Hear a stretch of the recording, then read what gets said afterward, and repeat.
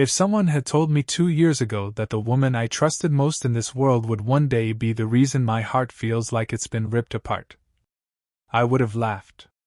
I would have told them they were crazy. Because back then, I believed in love, the kind that survives everything. The kind that keeps you warm on lonely nights. The kind that makes you believe you finally found home. Her name was Emily. We met in the most ordinary way possible, at a coffee shop downtown.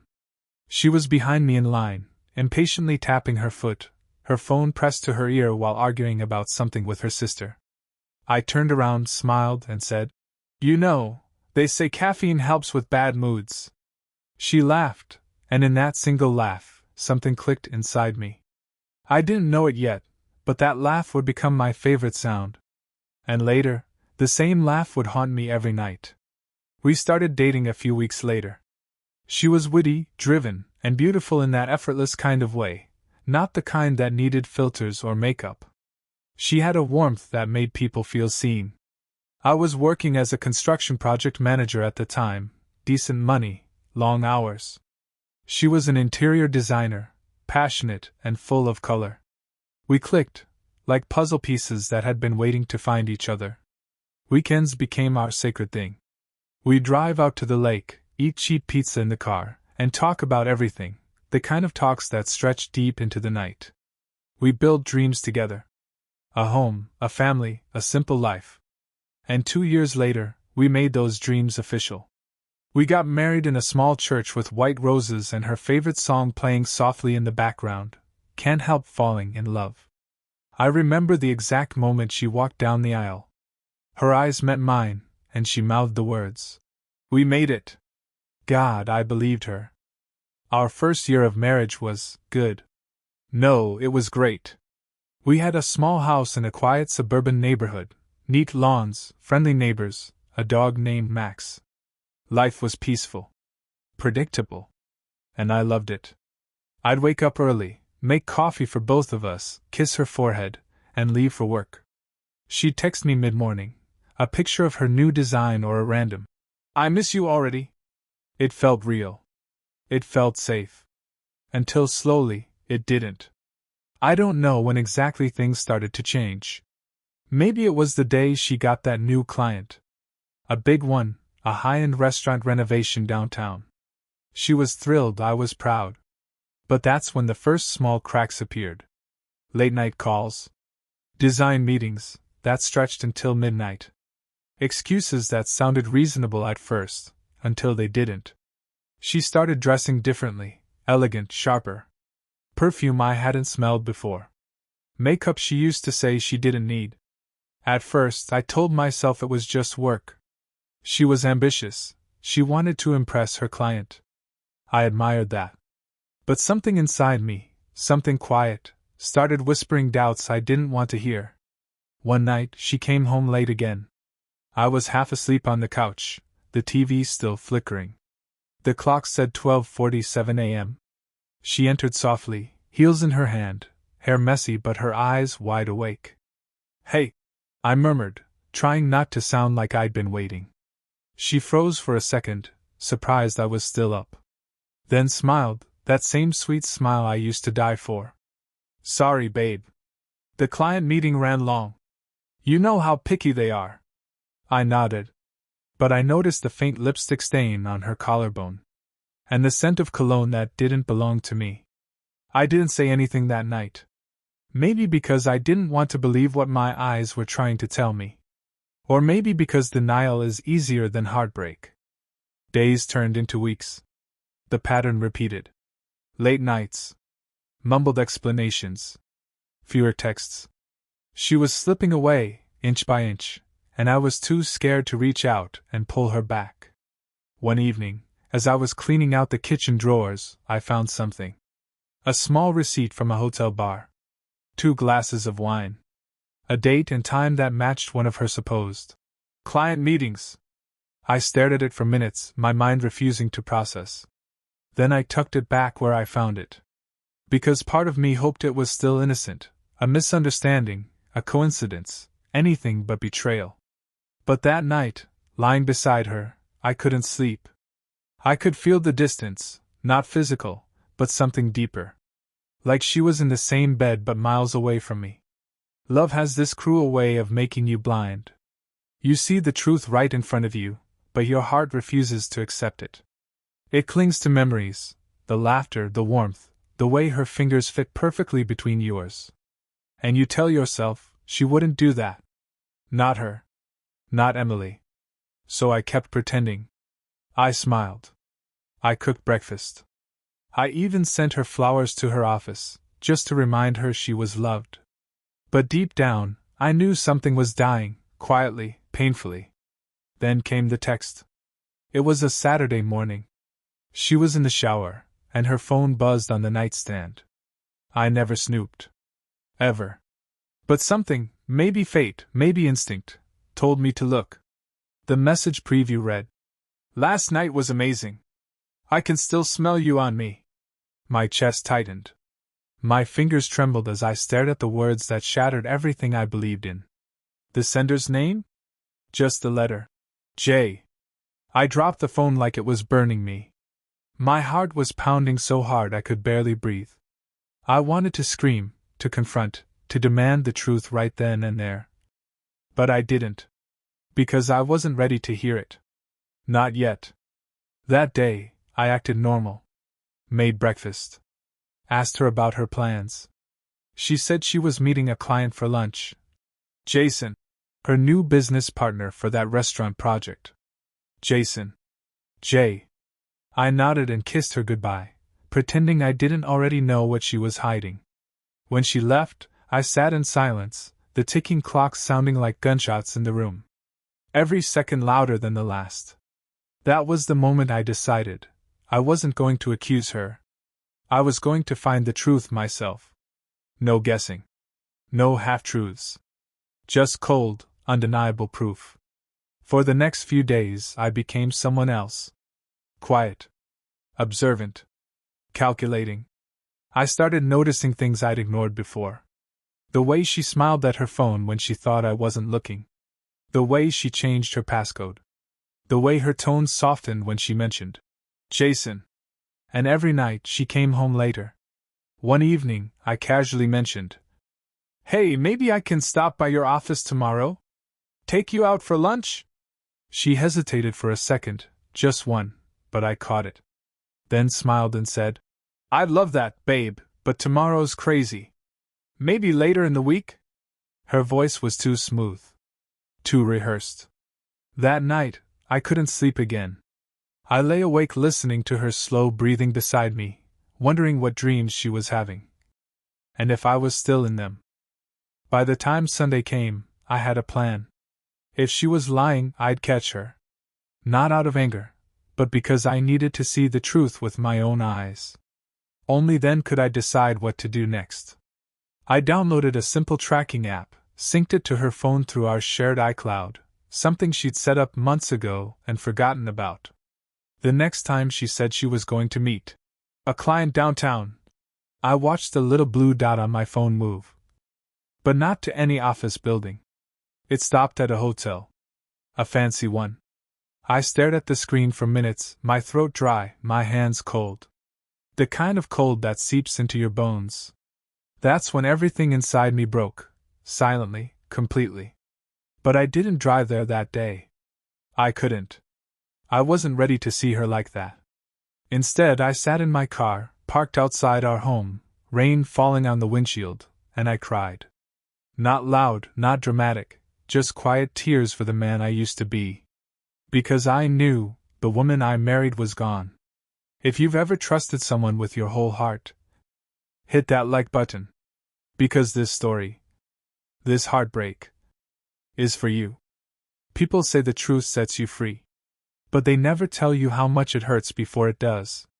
For days after I saw that little blue dot stop at the hotel, I kept pretending everything was fine. I'd kiss her goodbye in the morning, watch her car disappear, then just sit there, watching that same dot on my phone. Every time it landed at that same address, my stomach twisted tighter. One Friday afternoon, something inside me snapped. I couldn't keep living inside questions anymore. I needed an answer I could touch, even if it burned. So I left work early. Told my boss I had the flu, grabbed my keys, and drove downtown. Rain blurred the windshield like the world was trying to hide what I was about to see. The hotel was a tall glass box on the corner of 8th and Willow, the kind of place couples book for anniversaries or secrets. I parked across the street, engine running, heart hammering so hard I could feel it in my throat. Her car was already there. I sat there for what felt like forever, staring at the revolving door, trying to breathe, trying to decide if I really wanted to know.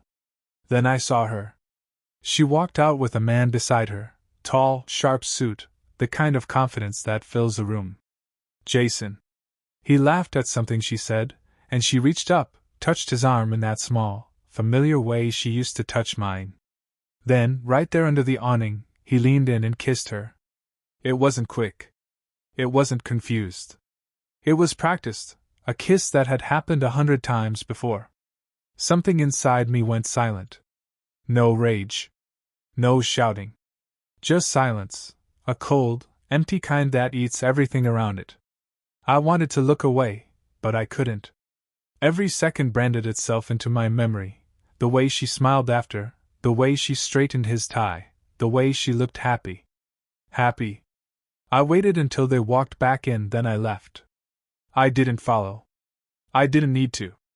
I'd seen enough to destroy everything I believed in.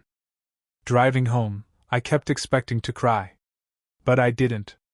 Tears felt too small for what I'd just lost. Instead, I laughed, the kind of laugh that sounds more like breaking glass.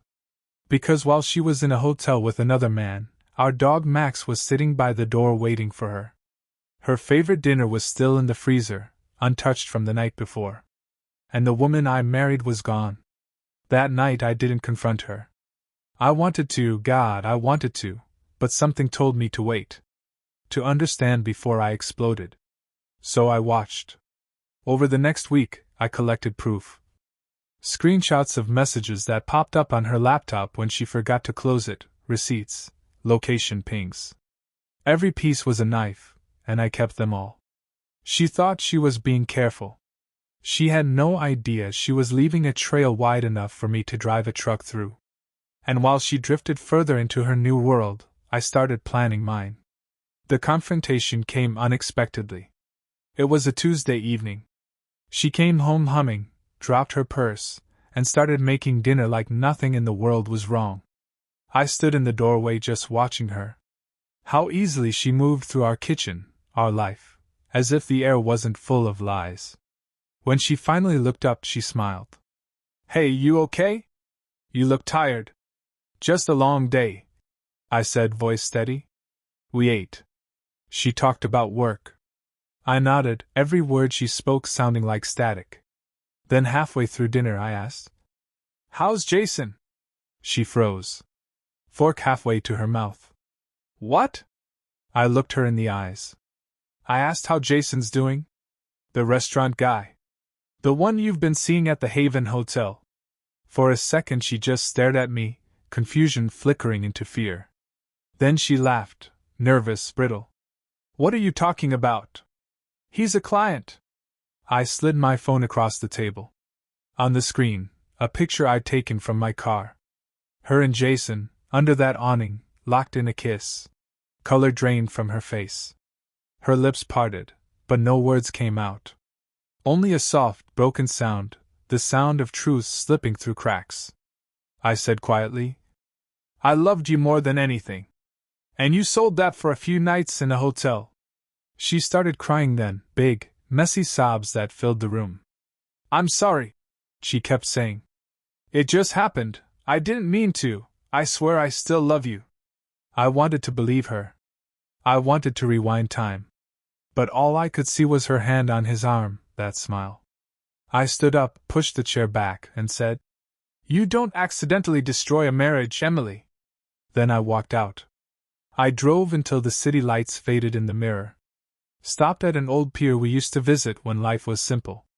Sat there listening to the water hit the wood, trying to figure out what was left of me. She called. 15 times. I didn't answer. Somewhere between call 12 and 13, I realized something. Revenge wasn't about hurting her the way she hurt me. It was about reclaiming the part of myself she'd stolen, my peace.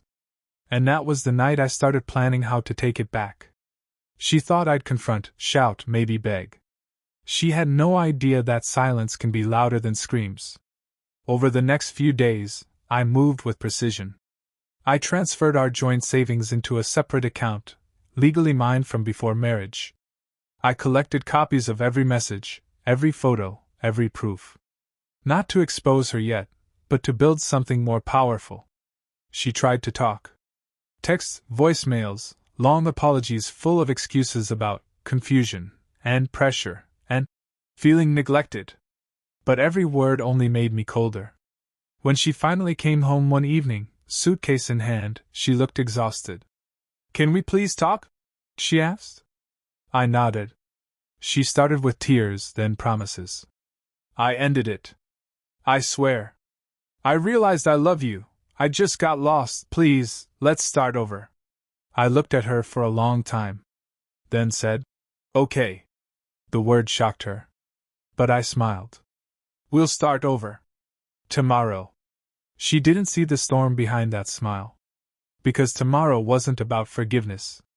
Tomorrow was about truth for everyone to see.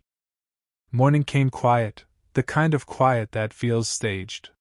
She moved around the kitchen, trying too hard to look normal. I sat at the table, watching her pour coffee with shaking hands. She didn't know that while she slept, I had packed away the life we built. Photos off the wall, her things boxed and waiting by the door, every reminder of us erased. "About last night," she started, but I cut her off gently. "Emily, don't explain anymore. You'll get the chance to tell everyone everything." Her eyes narrowed. "Everyone?" I nodded. "You'll see." That day, I drove her to the opening event of that restaurant she and Jason had been designing. It was supposed to be their big victory, investors, friends, local press. She looked nervous but relieved that I'd agreed to come. Maybe she thought my presence meant forgiveness. We walked in hand. Cameras flashed. Jason stood near the bar, fake smiling when he saw me. I smiled back. It almost felt civilized. When the manager asked Emily to say a few words, she stepped onto the small stage, voice trembling with pride. She talked about design, teamwork, the people who make dreams real. And right then, I connected my phone to the Bluetooth speakers. The music stopped. The room fell silent. Her voice faltered as the first notification tone played, ding, ding. Then her own messages appeared on the screen behind her. Projected straight from my phone, one after another. Flirty lines. Hidden plans? That final one. "Last night was amazing." Every head turned toward her. Jason's face strained of color. Emily froze, microphone clutched in her hand, whispering, "Please stop, please." I stepped forward, calm, almost kind. "Everyone deserves to know the truth behind the design," I said. Then I walked out. Outside, air hit me like water after drowning. For the first time in months, I could breathe. She ran after me into the parking lot, tears streaking her makeup. "How could you humiliate me like that?" she screamed. I turned to her, voice steady. "I didn't humiliate you. You did that the moment you chose him." She collapsed against her car, sobbing, trying to touch me, but I stepped back. "Don't," I said softly. "You lied to the only person who ever stood by you. I'm just giving you what you gave me, the truth in public." Her next words were a whisper. "What happens now?" "Now?" I said. "Now you get to live honestly. And I get to start over." Then I left her there, no shouting, no revenge speech, just the sound of her crying fading behind me as the city lights blurred. That night, I drove back to the pier. The same place I'd gone when I first found out. This time, the air didn't feel heavy. It felt clean. I sat there thinking about all the ways people destroy each other, not with fists, but with choices. And how love, real love, doesn't die in explosions. It dies in tiny silences, in the moments when you look away instead of reaching out. The phone buzzed again. Her message. "I deserve this. I'm sorry." I typed back one line. You're right. And so do I. Then I blocked her number. I looked at her for a long time. Then said, "Okay." The word shocked her. But I smiled. "We'll start over. Tomorrow." She didn't see the storm behind that smile. Because tomorrow wasn't about forgiveness. Tomorrow was about truth for everyone to see. Morning came quiet, the kind of quiet that feels staged. She moved around the kitchen, trying too hard to look normal. I sat at the table, watching her pour coffee with shaking hands. She didn't know that while she slept, I had packed away the life we built. Photos off the wall, her things boxed and waiting by the door, every reminder of us erased. "About last night," she started, but I cut her off gently. "Emily, don't explain anymore.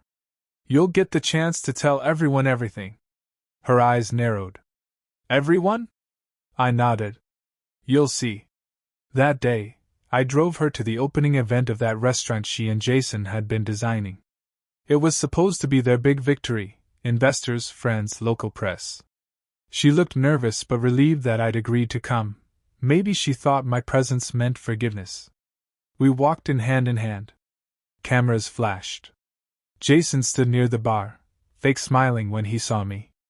I smiled back. It almost felt civilized. When the manager asked Emily to say a few words, she stepped onto the small stage, voice trembling with pride. She talked about design, teamwork, the people who make dreams real. And right then, I connected my phone to the Bluetooth speakers. The music stopped. The room fell silent. Her voice faltered as the first notification tone played, ding, ding. Then her own messages appeared on the screen behind her. Projected straight from my phone, one after another. Flirty lines. Hidden plans? That final one. "Last night was amazing." Every head turned toward her. Jason's face strained of color. Emily froze, microphone clutched in her hand, whispering, "Please stop, please." I stepped forward, calm, almost kind. "Everyone deserves to know the truth behind the design," I said. Then I walked out. Outside, air hit me like water after drowning. For the first time in months, I could breathe. She ran after me into the parking lot, tears streaking her makeup. "How could you humiliate me like that?" she screamed. I turned to her, voice steady. "I didn't humiliate you. You did that the moment you chose him." She collapsed against her car, sobbing, trying to touch me, but I stepped back. "Don't," I said softly. "You lied to the only person who ever stood by you. I'm just giving you what you gave me, the truth in public." Her next words were a whisper. "What happens now?" "Now?" I said. "Now you get to live honestly. And I get to start over." Then I left her there, no shouting, no revenge speech, just the sound of her crying fading behind me as the city lights blurred. That night, I drove back to the pier. The same place I'd gone when I first found out. This time, the air didn't feel heavy. It felt clean. I sat there thinking about all the ways people destroy each other, not with fists, but with choices. And how love, real love, doesn't die in explosions. It dies in tiny silences, in the moments when you look away instead of reaching out. The phone buzzed again. Her message: "I deserve this. I'm sorry." I typed back one line. "You're right. And so do I." Then I blocked her number. Revenge isn't always fire and fury. Sometimes it's peace. Sometimes it's walking away so quietly the other person has to live with the echo. But this story isn't over. Because what came next, the way I rebuilt my life, and the way karma found its path, was the real ending. And maybe, the real beginning. Subscribe for more real stories that'll make your heart race and your mind spin. When people say, "Time heals everything," they don't tell you how long everything really takes. For me, it took exactly 8 months, 8 months of silence, therapy, sleepless nights, and unanswered questions that echoed in the walls of my empty house. The divorce went through quietly. I didn't make a scene.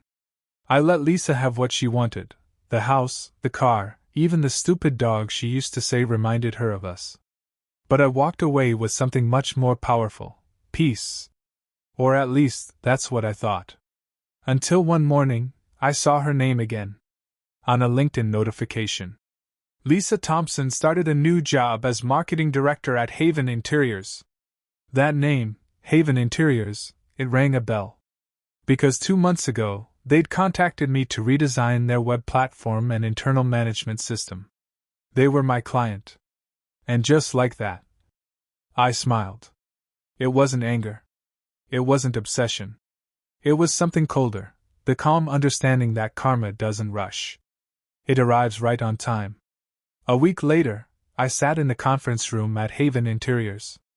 The CEO, a tall, composed woman named Jenna, greeted me warmly. We discussed workflow automation, design prototypes, all business. Then the door opened. And she walked in. Lisa. Same brown hair, same perfect posture, same perfume I once couldn't live without. Only now she looked nervous. Her eyes widened when she saw me. For a second, I could almost hear her thoughts. Oh my God, he's the one handling this project. I didn't say a word. Just smiled politely and said, Good to see you again, Lisa. Let's talk about your company's new vision. The meeting went on for an hour. I was professional, cold, clear, composed. She fumbled through her part, mixing numbers, stuttering in front of her boss. And I realized, this wasn't revenge. This was justice dressed in silence. That night she texted me. Can we talk? Please. Just one conversation. I didn't reply. But 2 days later, at a team dinner, she cornered me near the exit. Mark, I know I don't deserve to even look you in the eye, but please. I'm sorry.